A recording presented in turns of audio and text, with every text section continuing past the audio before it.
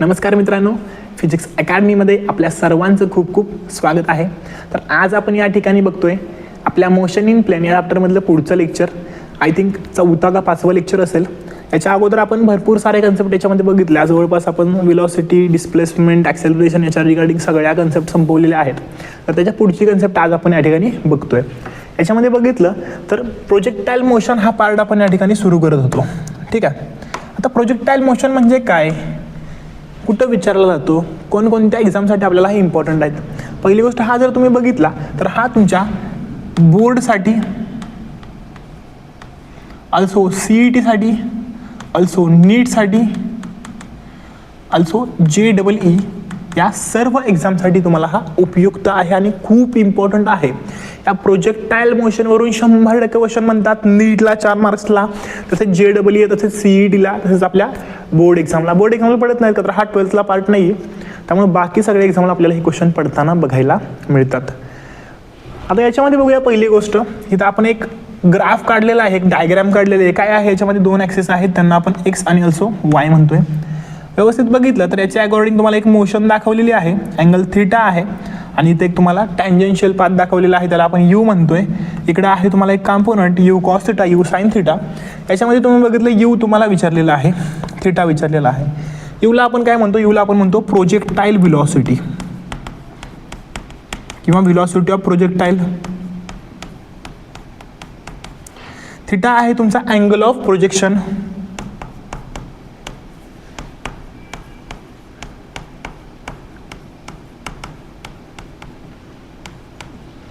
हे तुमचे 2 component you आणि थिटा तुम्हाला मिळाले. अल्सो याच्यामध्ये जर बघितलं, ह्या डायग्राममध्ये यू आहे तुमची व्हेलॉसिटी, त्याला आपण थ्रोईंग व्हेलॉसिटी म्हणतो, जेव्हा आपण एखादा ऑब्जेक्ट थ्रो करणार आहे. त्याच्यामध्ये तुम्हाला 2 कंपोनंट आहेत, एक आहे हॉरिझॉन्टल कंपोनंट, एक आहे तुम्हाला व्हर्टिकल कंपोनंट. हॉरिझॉन्टल कंपोनंट कोणता आहे, तो आहे यू कॉस थिटा.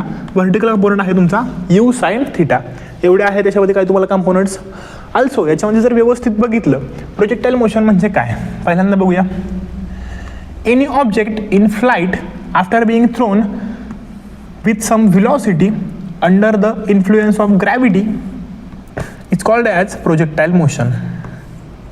ओके, त्यांनी काय सांगितलेलं आहे, एखादा ऑब्जेक्ट जेव्हा आपण आपल्या हातामधून थ्रो करतोय, फेकतोय, कशाच्या, एक लक्षात ठेवा, तुमच्या हातामधला ऑब्जेक्ट, एखादा तुम्ही क्रिकेट खेळताय, तुम्ही एखादा बॉल इथून थ्रो केलेला आहे, तर तो बॉल तुम्ही थ्रो करताय, तुमच्या हातामधून सुटल्यानंतर तुमचा त्याच्यावरती किती कंट्रोल असतो रे बाळांनो, तर आपला त्याच्यावरती काहीच कंट्रोल नसतो. त्याच्यावरती कोणाचा कंट्रोल असतो, त्याच्यावरती कंट्रोल असतो ग्रॅव्हिटीचा. कोणाचा असतो, ग्रॅव्हिटीचा.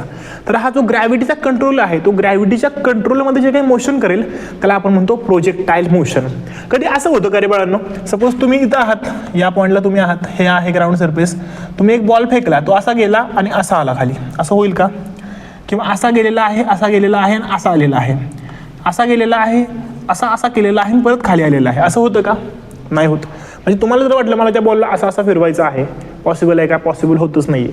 म्हणजे जे आपल्या हातामधून एकदा सुटला ऑब्जेक्ट की त्याच्यावरती आपला कंट्रोल राहत नाहीये, तो त्याच्या माझ्या त्याला मिळालेल्या एनर्जीवरती त्याचा मोशन परफॉर्म करेल, त्याला आपण म्हणतो प्रोजेक्टाईल मोशन. एक्झाम्पल काय आहे याच्यामध्ये, एक्झाम्पल आहे throwing a stone, kicking a football. म्हणजे काय, तुम्ही जर सपोज क्रिकेट खेळताय, त्यावेळेस तुम्ही एखादा क्रिकेटचा बॉल तुमचा थ्रो केला फिल्डरने बॉलरकडे, हे पण तुमचं एक एक्झाम्पल आहे. थ्रोईंग द स्टोन म्हणजे एखादा दगड मारणे, दगड फेकणे. आंब्याच्या झाडाखाली तुम्ही उभ्या आहात आणि आंबा पाडण्यासाठी तुम्ही दगड मारताय, काहीतरी प्रोजेक्टाईल माइंडमध्ये एक प्रोजेक्ट बनवून की त्याला आपला हिट झाला पाहिजे, त्याला आपण प्रोजेक्टाईल मोशन म्हणतो. किकिंग फुटबॉल म्हणजे फुटबॉलला हिट केल्यानंतर त्या फुटबॉलरनं तो पण अंडर द इन्फ्लुएन्स ऑफ ग्रॅव्हिटीचं वर्क करतो. एवढे सगळे एक्झाम्पल आहे. असे खूप सारे एक्झाम्पल आहेत. तुम्ही जेव्हा क्लासमध्ये तुमच्या बसता लेक्चरमध्ये, तेव्हा एखादा पाठीमागचा विद्यार्थी समोरच्या एखाद्या विद्यार्थ्याला कागद असा गोल करून आपण त्याचा चेंडू करून मारतो, त्याला हिट करत असतो, काहीतरी आपले आणखीन इंटेन्शन असतं त्याच्या पाठीमागं, ते पण तुमचे प्रोजेक्टाईल मोशनचे एक्झाम्पल्स आहेत. डेफिनेशन आणि डायग्राम समजली त्याची विथ एक्झाम्पल्स. पॉईंट जर बघितला तुमच्या एक्झामला तुम्हाला 2 मार्कसाठी महत्त्वाचा आहे. किती, 2 मार्कला विचारण्यात येईल. 2 मार्कसाठी हा पॉईंट तुम्ही प्रिपेअर करा. याच्यानंतर आपण बघतो इक्वेशन ऑफ प्रोजेक्टाईल. हे जर बघितलं इक्वेशन ऑफ प्रोजेक्टाईलसाठी पण तुम्हाला सेम डायग्राम आपण देतो या ठिकाणी. हा पॉईंट जर तुम्ही व्यवस्थित बघितला तर याच्यामध्ये तुम्ही टेक्स्ट बुक बघा, कोणतंही बुक बघा, तुम्हाला प्रत्येकासाठी थोडी डायग्राम बदललेली आहे, म्हणजे थोडे एक्स्ट्रा कंपाऊंड त्याच्यामध्ये दाखवले आहेत. पण आपण या ठिकाणी तुम्हाला अशी डायग्राम एक तयार केलेली आहे ज्याच्यामध्ये तुम्हाला एकाच डायग्राममध्ये तुम्ही सगळ्या गोष्टी फाइंड आउट करू शकताय. प्रोजेक्टाईल मोशन असेल, इक्वेशन ऑफ प्रोजेक्टाईल असेल, टाईम ऑफ फ्लाईट असेल, रेंज असेल, अशा आपल्या सगळे कंपोनंट्स जे आहेत त्या सगळ्या गोष्टी. पहिली तर गोष्ट इकडे तुम्हाला डायग्राम दिसते. मला एक सांगा रे, व्हेलॉसिटीचा फॉर्म्युला सांगा रे मला अगोदर. Velocity is equal to, formula काय असतो, डिस्प्लेसमेंट अपॉन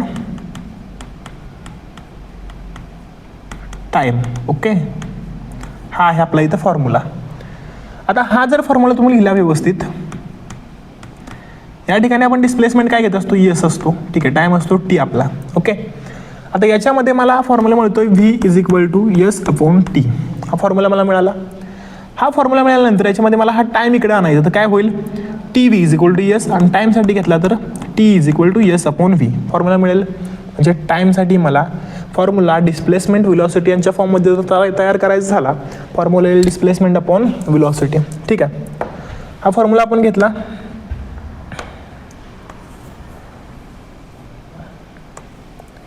त्याला इकडे ठेवूया, डायग्राम पण थोडीशी वर घेऊया.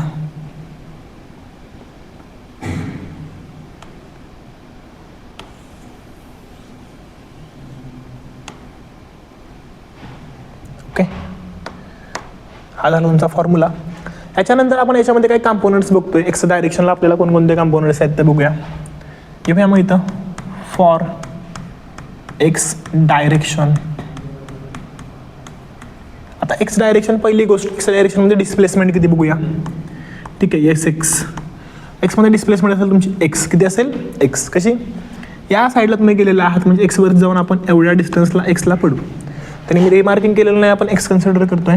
ठीक आहे, ऑल्सो याच्यामध्ये तुम्ही याची व्हेलॉसिटी बघाल. व्हेलॉसिटी कंपोनंट जो असेल म्हणजे velocity you along x, you x काय आहे कंपोनंट, यू कॉस थिटा ही आहे आपली हॉरिझॉन्टल व्हेलॉसिटी. इथे येईल तुम्हाला यू कॉस थिटा. ओके, हा मिळाला. अजून याच्यामध्ये तर तुम्ही बघितलं तर हा तुमचा कंपोनंट मिळाला. आता आपल्याला टाईमचं इक्वेशन घ्यायचं आहे. Time T is equal to काय आहे, यस अपॉन व्ही. व्ही इथं व्हेलॉसिटी किती आहे, यू एक्स, म्हणजे S X upon U X हे तुम्हाला इथे इक्वेशन मिळेल. आता S X upon U X जर बघितलं तर एस एक्सची व्हॅल्यू किती येईल रे बाळांनो, एक्स येईल व्हॅल्यू. ओके, व्हॅल्यू एक्स येईल. यू एक्सची व्हॅल्यू किती आहे, यू कॉस थिटा. ओके, याला मी इक्वेशन नंबर 1 कन्सिडर करतोय. मला पहिलं इक्वेशन या ठिकाणी मिळालेलं आहे. आता हे जर तुम्ही बघितलं व्यवस्थितपणे, पहिलं इक्वेशन मिळाले. ऑल्सो याच्यामध्ये आपल्याला वाय डायरेक्शनचे पण कॉम्पोनंट फाइंड आउट करायचे आहेत. मग इथे येईल आपल्याला पॉईंट फॉर वाय डायरेक्शन. याच्यामध्ये घेतलेल्याच इकडे घेऊया अगोदर. S Y is equal to काय येईल, तो किती वर जाईल, एवढा वर जाईल, म्हणजे याच्यावरती एवढा वाय एवढा वर जाईल. S Y is equal to Y हे तुम्हाला मिळेल. त्याच्यानंतर दुसरा कॉम्पोनंट कोणता असेल, तो असेल a y. Acceleration along y. Acceleration काय येईल रे वायचे अलॉंग, तर ते तुम्हाला मिळेल मायनस जी. किती मिळेल, मायनस जी. मायनस जी का तर ती opposite direction to the gravity आहे, त्यामुळे आपण त्याला मायनस जी म्हणतोय. ऑल्सो याच्यामध्ये तुमची व्हेलॉसिटी किती असेल, त्याला पण आपण यू वाय म्हणतोय. वायची व्हेलॉसिटी किती आहे, यू साइन थिटा. एवढी गोष्ट, एवढ्या सगळ्या गोष्टी तुम्हाला मिळालेल्या आहेत. याला आपण इक्वेशन नंबर 2 कन्सिडर करतोय. 2 इक्वेशन जर आपल्याला मिळाले या ठिकाणी. आता हे 2 इक्वेशन जर तुम्ही व्यवस्थित बघितले तर यांना आपल्याला सेकंड इक्वेशनमध्ये पुट करायचं आहे. यानंतर आपण आपलं इक्वेशन ऑफ मोशन जे पॉईंट लास्ट लेक्चरला बघितलेला होता, त्याच्यामध्ये आपल्याला सेकंड इक्वेशन ऑफ मोशन आपण 2D मध्ये बघितलेलं होतं. त्याच्यामध्ये आपलं वाय डायरेक्शनचं आपल्याला इक्वेशन पाहिजे. ठीक आहे, तर बघूया वाय डायरेक्शनचं इक्वेशन काय येतं. इथं घेऊया कन्सिडर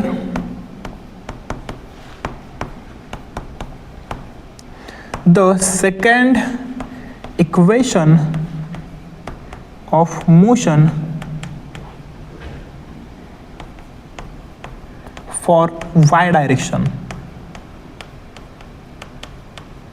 इक्वेशन काय आहे आपलं, s is equal to equation आहे ते येईल s Y is equal to equation आहे s is equal to u t plus 1/2 AT square. मग इथं येईल u y t plus 1/2 AY t square. हे इक्वेशन तुम्हाला या ठिकाणी मिळेल. ठीक आहे, मग हे इक्वेशन पुढच्या पेजवरती घेऊया आपण आणि आपल्याला नेक्स्ट इक्वेशन इथं लिहिता येईल. इक्वेशन आहे S Y is equal to UYT plus 1/2 AYT². ठीक आहे. याच्यामध्ये आपल्याला काय करायचे, आपल्या अबाव व्हॅल्यूज आहेत त्याच्यामध्ये आपण SYची व्हॅल्यू घेतलेली आहे, UY घेतलेला आहे, AY घेतलेला आहे, टाईम घेतलेला आहे. या सगळ्या व्हॅल्यूज आपल्याला याच्यामध्ये पुट करायच्या आहेत. तर करूया. SYची व्हॅल्यू काय आहे बाळांनो, याच्यामध्ये बघितली SYची व्हॅल्यू आहे Y, AY किती आहे -G, UY किती आहे U sin θ, टाईमची व्हॅल्यू किती आहे x/u cos θ. ठीक आहे. तर घेऊया याच्यामध्ये SY आहे Y, UY आहे या ठिकाणी U sin θ, टाईमचं फंक्शन किती आहे x/u cos θ,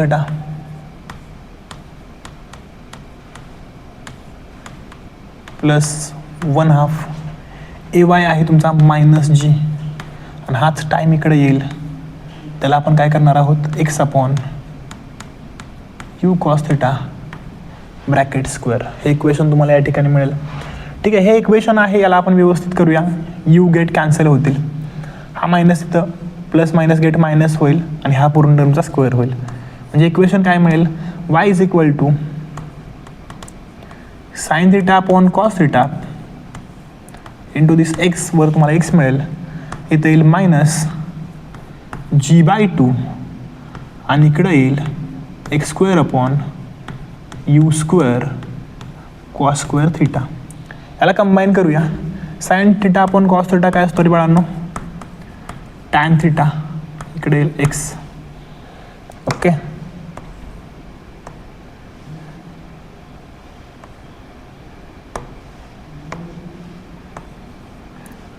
x टॅन θ हा येईल -G/2u² cos² θ, इकडे येईल x². ओके. हे आपल्याला या ठिकाणी टर्म मिळेल आणि हेच आहे आपलं इक्वेशन ऑफ प्रोजेक्टाईल. काय आहे,